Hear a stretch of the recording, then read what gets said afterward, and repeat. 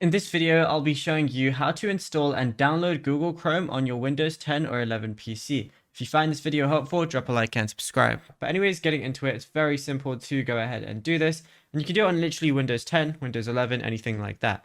Now, Google Chrome by default isn't actually going to be installed on your PC. So you're going to have Microsoft Edge as your default browser, since that's what Windows mainly wants you to be using. So all you want to do is type in Edge on the search bar, then go over to Microsoft Edge right here.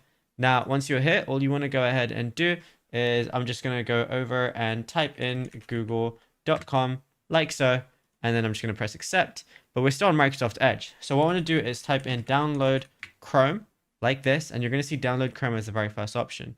Now, all you want to do is press download Chrome here, and then it's going to run the installer. Now, once you go ahead and do that, all you got to go ahead and do is it's going to ask you if you want to make your main browser, your default browser, and Google Chrome should just open up once you've installed it. And then what I can do is go to search right here, and then I can go to default apps. So I'm going to go ahead and click on that. And then I'm just going to choose my default browser, like Google Chrome. And yeah, it's literally as simple as that. Now, if you found this video helpful, be sure to drop a like and subscribe.